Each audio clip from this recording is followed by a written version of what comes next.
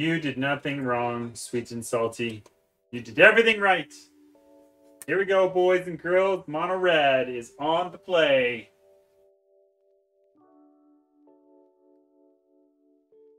Sick.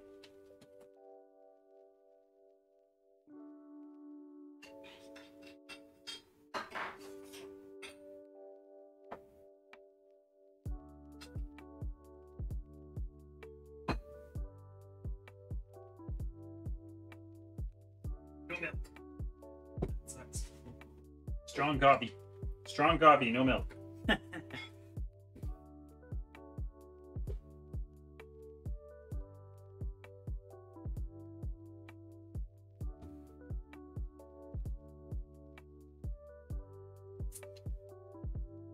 He's trying to decide if he bone crushers the zone so that way, if he stomps the zone so that way Stomp doesn't get, Stomp doesn't resolve and he doesn't have a 3/4 creature.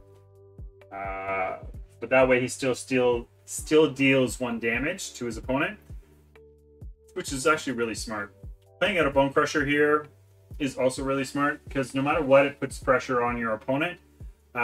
It's a 4/3. Attacking each turn, and if you try and target it with something, it still does 2 damage to you. So as a mono red deck, this is exactly what you want to be doing. You want to be putting pressure on your opponent. And I'm telling you that topping off here with a Torbrand and attacking for 6 per turn, he's on a 3-turn clock, if not less than that. Especially since Brazen Borer can't block. So this dragon here, Prismari, is going to block. But I'm pretty sure it's going to have to block Bone Crusher because it does not block, effectively, does not block Torbrand. Which is unfortunate.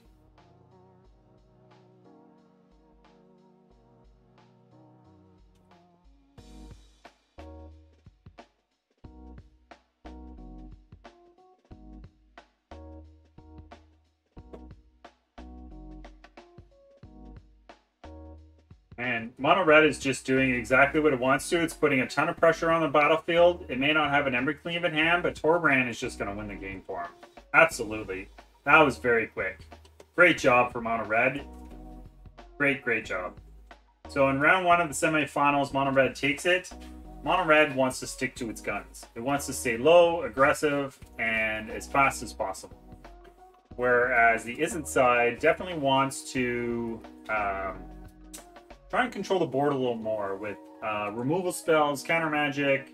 It wants to do whatever it can to try and keep the board clean. Like I said in the beginning of this whole tournament, I find that the biggest problem with the Izzet Dragons deck is that, or Izzet Control, is that they don't have a sweeper. The deck is missing a sweeper, for sure. So Flesh Donkey qualified for the arena. You have to be in the top 1200. Holy smokes! Yeah, so he plays in August. He plays in it. He came in 859th or something like that. So this is his practice. He's learning this deck to play in the arena thing. That's amazing. Yeah. Congratulations for him. Mm-hmm. That's huge. So our game 2 in the semifinals. Looks like Izzet's on the play. And it looks like we have 2 keepers here. So Brazen Borrower is going to be an early play for... or I can see, sorry, Brazen Borrower being an early play. He also has Phoenix of Ash. Phoenix of Ash is really good because it can be used as a blocker, and it has a recurring effect from the grave. So that is good. I don't feel like this is a good target for a Brazen Borrower, but Mono Red is going to do everything it can to stay underneath all of the removal spells and counter magic. Don't forget, for the next 2 rounds, please punch in !BO3 and you will enter in for a Ikoria foil promo pack thanks to, by the way, which I should have said in the very beginning, out of the box. This is just haste creature after haste creature. So he's going to hit him for 3 here. Now, having a Frostbite in hand will definitely take care of the Brazen Borrower. This is really good. He can... I still think that I would kill the Brazen Borrower over Phoenix of Ash because it's 3 power. I need codes, right? Codes was the last prize? Nope, it was a pack again. Oh. So he's won himself a whole bunch of packs. I only had 1 set of arena codes. Oh. No, you won 2 packs and a code. Right. Thank you. You sure about that? We had 4 rounds. Yeah, so Charberg or Candy, whatever, won 1, 2, and 4. Raven Wolf won 3. Ah, great. Paran's Epiphany can be very powerful against the mono red deck if it can get ahead of everything. I really feel that mono red is doing exactly what it wants to do. It's very unfortunate that it was not able to catch a 4th land. Having a Torbran here would have ended the game. Having a removal spell in the terms of burning hands is really good because it does 2 damage to something.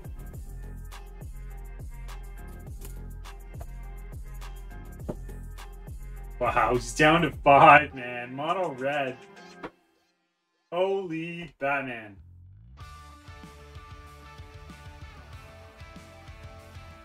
So, Flush Donkey has qualified for the arena thing, which is pretty amazing. Having mono red as an opponent, I really feel that he's in trouble. So he's going to attack for 7 here. He's going to use that. No, he didn't. It's so interesting. Torbran's going to end the game. Torbran is going to end this game.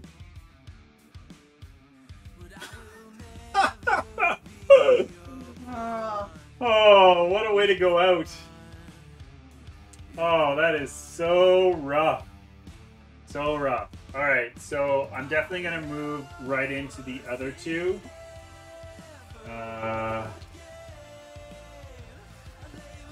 And... Salute. When's the qualifier? September 5th. Thank you very much for asking. I'm not sure who's on the play or draw. But we have the Demir side up.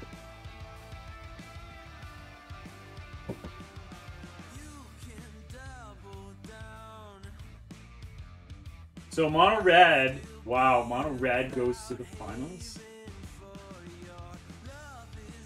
I gotta tell you, that's awesome. I haven't seen him. Have we seen a mono red in the finals in the last little while? I think we saw mono green, eh? Bruno Knows here is really good against Demir Rogues, against Demir Mill Rogues, any kind of Demir combination, because it has the ability to fight at instant speed smaller creatures, as well as return itself from the graveyard and eating up its graveyard, turning off all of the most powerful cards for Demir. The next one's August 29th, though, right? The next preliminary is August 29th. That is correct, Sweet and Salty. And it is the last preliminary, just for everyone's record. The last preliminary.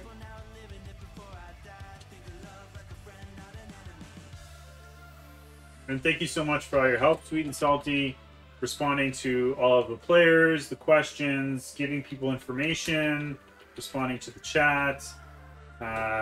As usual, Sweet and Salty is doing it all while I am just trying to sit here in commentary. She has the harder job for sure. Pernukanos here is going to be brought back from the graveyard taking away a lot of exiling cards from his graveyard, reducing the power of Dimir. It's tough to say who has a better battlefield advantage at the moment. Having a Yorion and a Krugernos is absolutely insane. We both know, and so does Sultai, know that there is a Lurrus in hand. Drawing a land is not where they want to be. They definitely wanted something more than a land. Which is very unfortunate. Because a Prudokinos will take care of any creature that is returned, plus Lurrus itself. Which is too bad. He's still going to go for it, though. And I guess he doesn't have much of a choice, and I didn't realize that there was only one creature in hand in the graveyard. So, Prudokinos is going to untap and kill Lurrus, and Skyclave, and may as well even kill the crab. Man, what a powerful creature. Especially in game 1. They're still in game 1.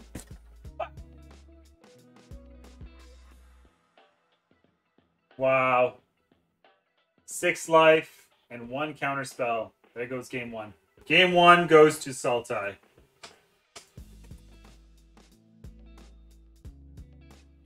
So on the Dimir side, we've seen this before. They want to bring in as many counterspells as possible. Removal spells aren't as important. Test of Talents. Do they have that card? Ooh, they do. And they have a Disdainful Stroke. They have 3 Disdainful Strokes, which totally makes sense for a matchup like this. They are prepared. Whereas on the Sultai side, they're trimming on their higher end things. Coma is going to be a great addition. Duress is excellent. Excellent, excellent. I really can't see them keeping Disdainful Stroke in their deck. I mean, why would you? Like, it doesn't seem like a good meta call. Spell to keep in their hand.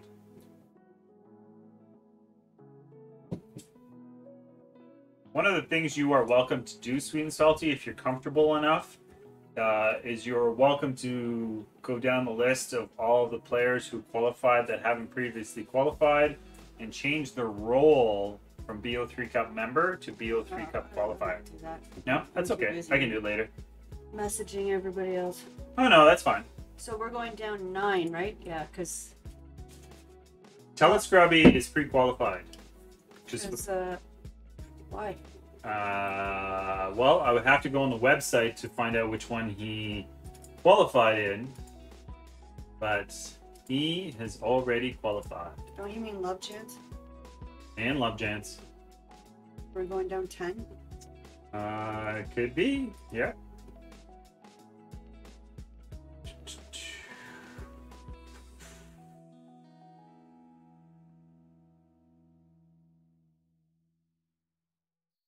What's his first name?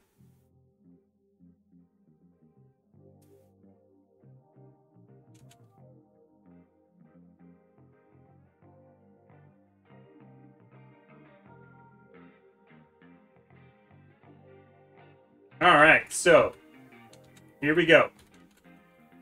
Game number 2 on the plate for Rogues.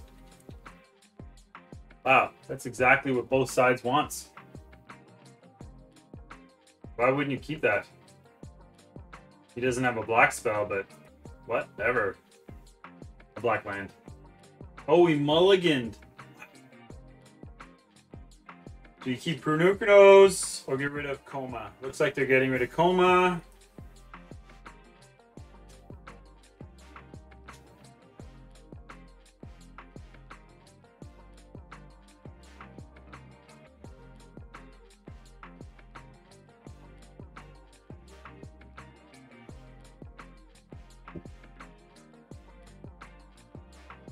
So I definitely see Wolffield Haven on turn 2 happening here. So that way they can accelerate their mana. When he's got 2 Wolffield Havens. On turn 3, he could play both. It'll be interesting to see what he does for this turn. So he's going to go ahead and take advantage of Dimir being tapped out. Totally makes sense. Okay, so weird that it didn't show him there before, unless he wasn't in the room. It's either he wasn't in the room or it's because it had him as streaming instead.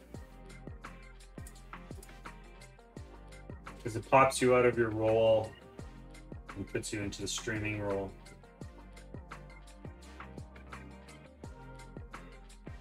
So it doesn't look like Dimir has any counter magic, so I can totally see them accelerating their mana again. And they can pretty much go Wolfhaven into... I guess by doing it this way, they get to keep up Eliminate. It's pretty smart, actually.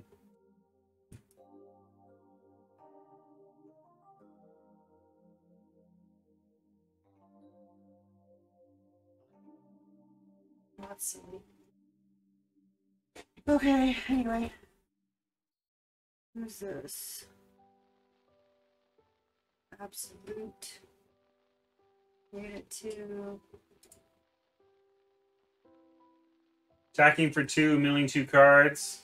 Man, he is so missing land drops. But he does have Cling, which will allow him to draw a card if he chooses.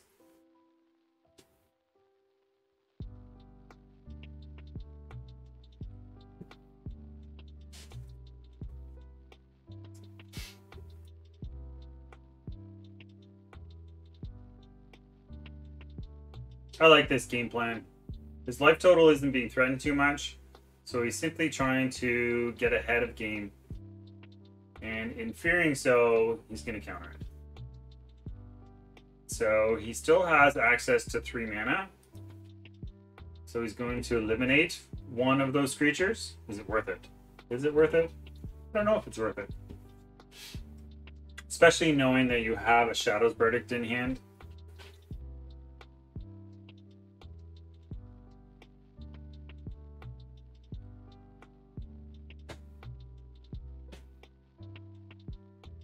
I like this play. He's using a Cling to Dust to draw a card. He needs more land. And that's exactly what happened. He drew himself into 2 lands. I still think he attacks first here.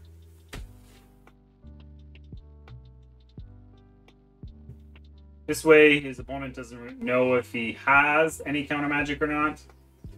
Killing 1 is okay. I'm wondering, with this and Fabled Passage and milling a card, will this turn on into the story? And it does. So he has the ability to draw 4 cards at this point. And a duress here is going to force him to do that.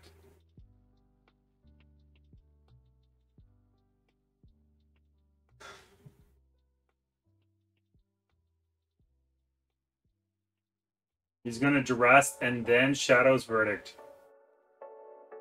So even if he doesn't let him, even if he I wouldn't draw first because he's going to take an into the story anyway, so it doesn't really matter.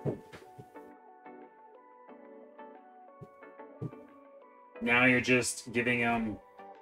Now you're just allowing him to see the rest of his hand.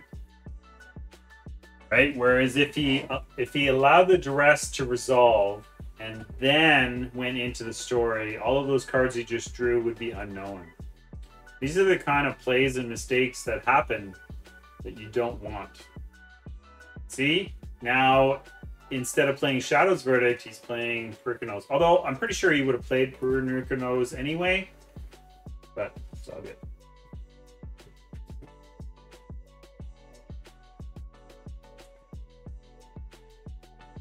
This is the one creature that can attack through Purkanos. But does he want to, is the thing. Ooh, was that for 1 mana? Okay, I changed them all. Did you really? Aw, sweet and salty, you're the best. And the love of my life. This is tough. This is very tough. Very, very tough.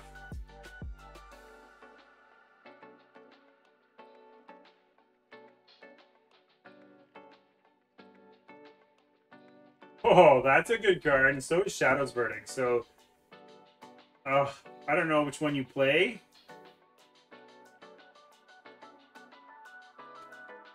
I'm actually surprised he's going for this line of fire. So by doing this, Cling to Dust will be able to take it out of his graveyard. Oh, he does damage. I thought they fought.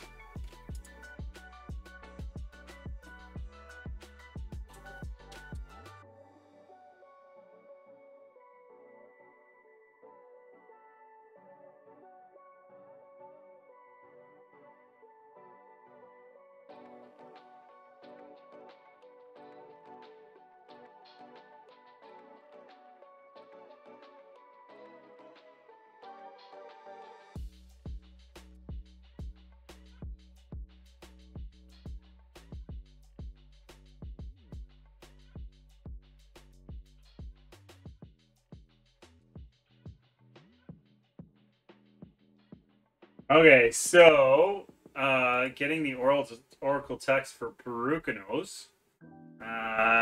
It enters the +1/+1 counters on it, 6. If it was escaped, damage dealt. Okay. Fights another target creature. I thought Death Touch pretty much. I thought Death Touch still affected when you're in fight. I guess it doesn't. So I thought it did.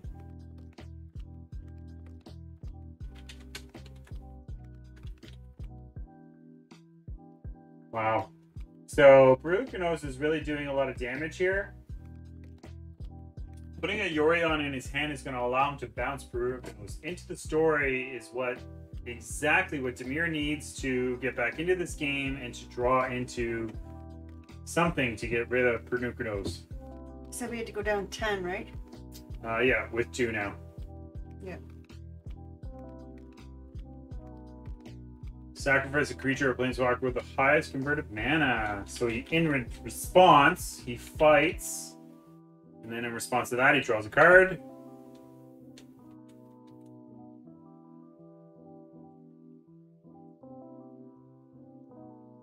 Oh, Cling to Dust is going to get Perukanos here. And that's what he wanted. That is such a smart play. And very, very important for this matchup.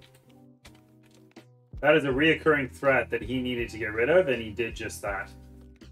Should I be telling him to go and register right away? I haven't set them up. I have to pre-register them first. So I'll do that after. Okay.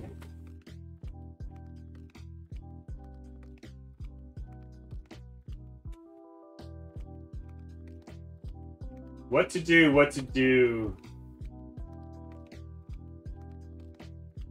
Oh, thank you very much, Sweet and Salty, for naming everybody in the Discord. It's really awesome of you. God, you're so good at this. So on his end step here, he's going to play a Thief, which I expected. I mean, playing a Thief here is really smart. It's an instant speed effect. Mills your opponent, puts a threat on the board, and it's got Death Touch, right? It does everything that you want. Everything.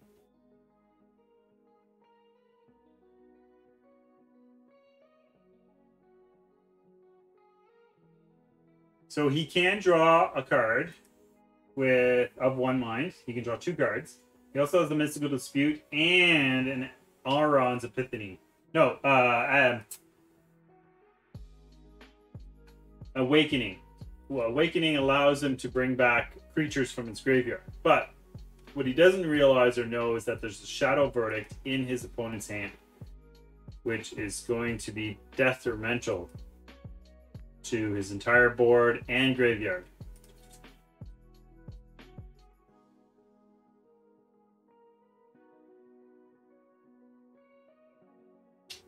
Playing an Omen of the Sea at instant speed is really good. It allows him to filter out his draws. Having a Perukanos on the top is also really good. Cling to Dust is also really good to help him draw cards. So he left them both on top, which makes sense.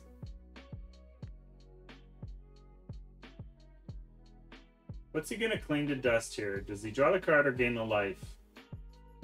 He's going after the thief, it looks like.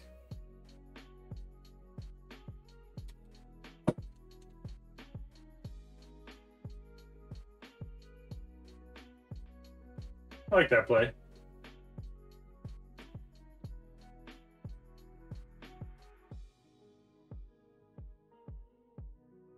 Looks like he's picking at his, ooh.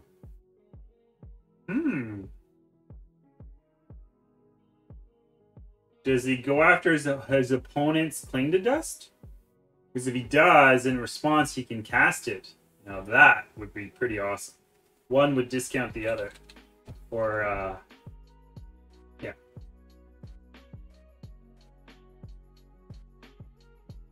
Oh, that is excellent for the Sultai side and not what Jameer wants to see. Oh, pardon me. Getting old. Yes, I am. Looks like he doesn't have enough mana to do everything that he wants. So he's either going to play Yorion or Binding of the Old Gods. Auron's Epiphany is being foretold. He's passing the turn? Interesting. I guess he's not committing to the board too much. Good play. Forcing Dimir to play out their hand. And he's not in too much jeopardy at the moment.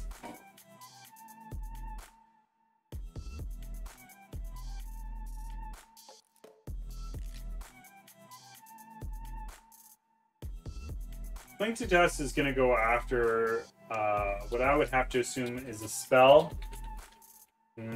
Yeah, he's going after his opponent's Cling to Dust, and in response, he's going to Cling to Dust. Whew. It's a Cling to Dust war. The Dust War. Oh, headset's killing my ears. Put that down for a couple minutes.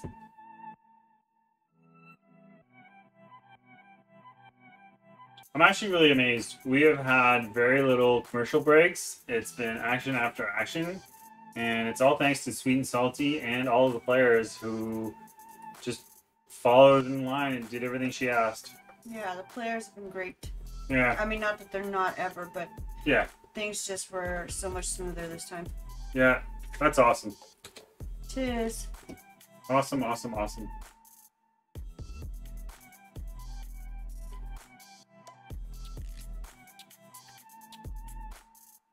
Dimir is definitely trying to advance their hand and their board state as much as possible without committing too much, and still trying to chip away card by card, slowly but surely. At least here they'll be able to of one mind for 1 mana and draw more cards. I think that's good. Awakening is going to be proven to not be very powerful at one point because he has Shadow's Verdict in hand, which is exactly what he's playing. Oh, he counters it. I didn't see that in his hand. Good for him. That is exactly what he wants to be doing, countering that. So from here... Ooh, now he has a John in the lock. This is just getting better and better for Dimir's side. Chipping away at damage, although the life total isn't changing very much. It's changing enough.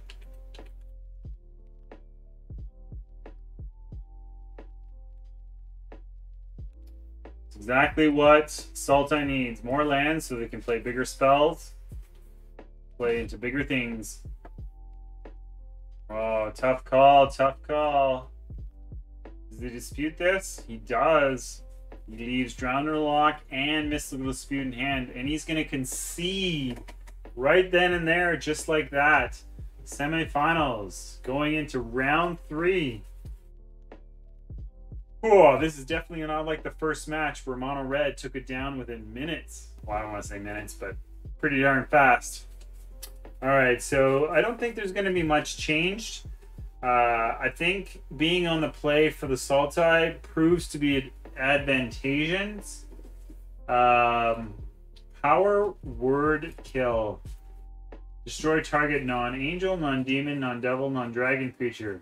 For 2 mana, that's a pretty good removal spell. I think for here, I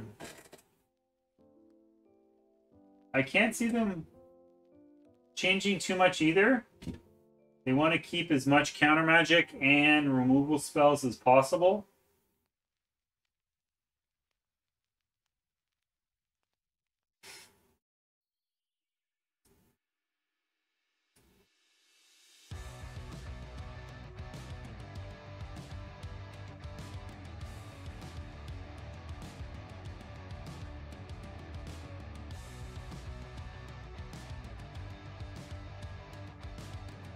Semifinals, round 3. And we have 2 keepers, and Sultai is on the play.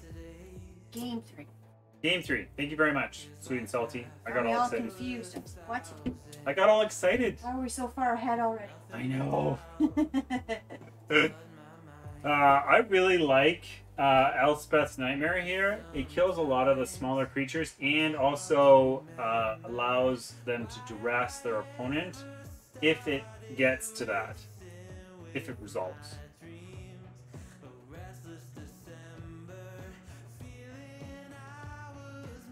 I mean, you kind of think that they want to go all out. He did not even try and counter that at all. He's keeping Test of Talents for the bigger removal spells, or the bigger creatures, I guess.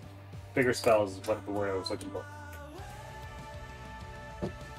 So Mono Red is going to go up against either Jameer or Sultai Ultimatum. Oh, taking a Test of Talents out of his hand is detrimental. That is such a big counterspell. I know it seemed like a waste, but now looking a few turns later, he should have used it against Elspeth's Nightmare. Now he's playing right into his hand. Flashes in a creature. Heartless Axe takes care of the creature. Don't forget, guys, for this round and the next round, exclamation point BO3. Enter in to win. Enter in to win. Exiling their opponent's graveyard is huge. Huge. Cultivate. Does it get disputed? It does get disputed. No advancement for you, buddy. No advancement. At this point, I almost think that they just want to get Yorion into their hand. Into the Story, even though it's not turned on yet, it is still a very powerful spell. Yorion's going to come into hand, leaving up Eliminate.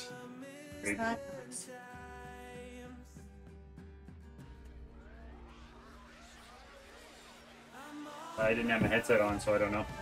It's my Facebook. Hey, hey, hey! Kim, how's it going?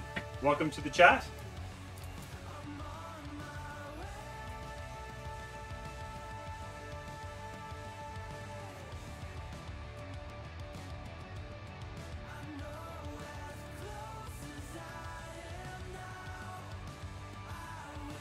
Feels like such a tight race. I think that I think the board state is very even in terms of hand.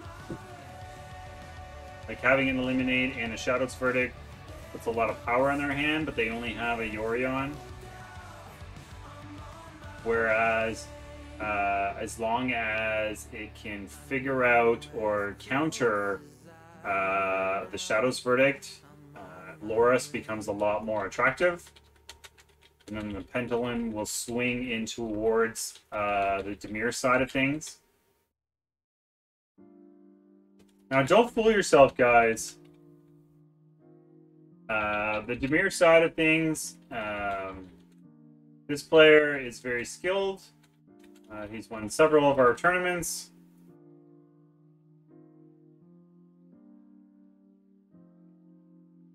I would not counter this. It's not worth it. Yep. They don't, the 5th to not 10th place don't have to do anything, right? Right now, you'll tell them what to do later? Absolutely. Yeah. Later on, or tomorrow at this point, or later on, probably tomorrow, just let them all know in the next few days. I'll send out an email and pre-register them for the preliminary, and then they just have to confirm the registration once that's done.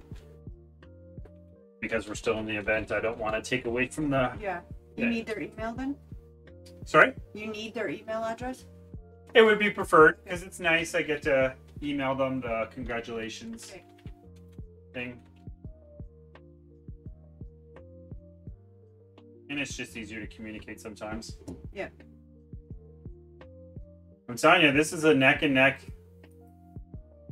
one spell a turn. I mean, it's playing at the pace that Sultai wants, and not the pace that Demir wants.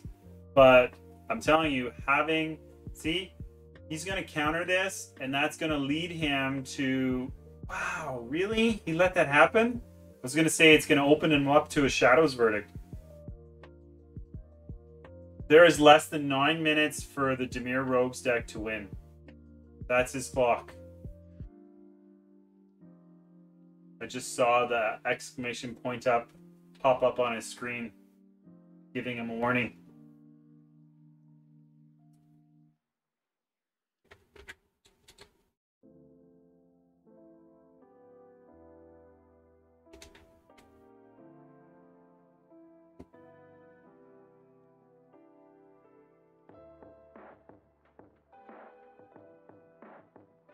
Two shadow verdicts and a duress in hand. That is not good for his opponent. Having 3 into the stories feels like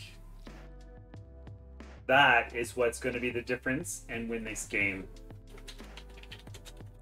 He clearly takes it into the story because he's not foolish. He knows that that's exactly what's going to get him ahead. Shadow verdict number 1 comes out.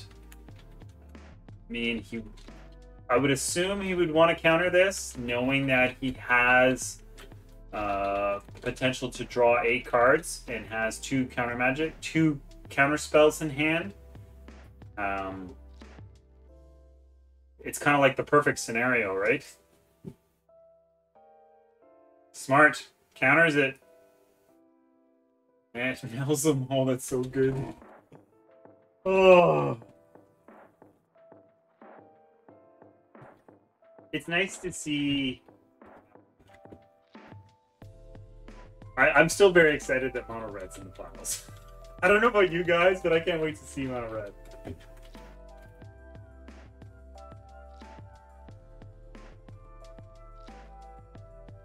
Does he cling to dust, or does he into the story? That's excellent. Man, drawing 4 cards is so powerful. Oh, Sultai can't even do that. So, wipe the board or Heartless Act. And he has... It looks like... he's conceding? No! Demir Rogues into the finals? Concession! Demir Rogues is into the finals, boys and girls! Here it is! Does he concede? No, he doesn't concede, does he? He plays it out. You always play it out, right? Oh, he conceded!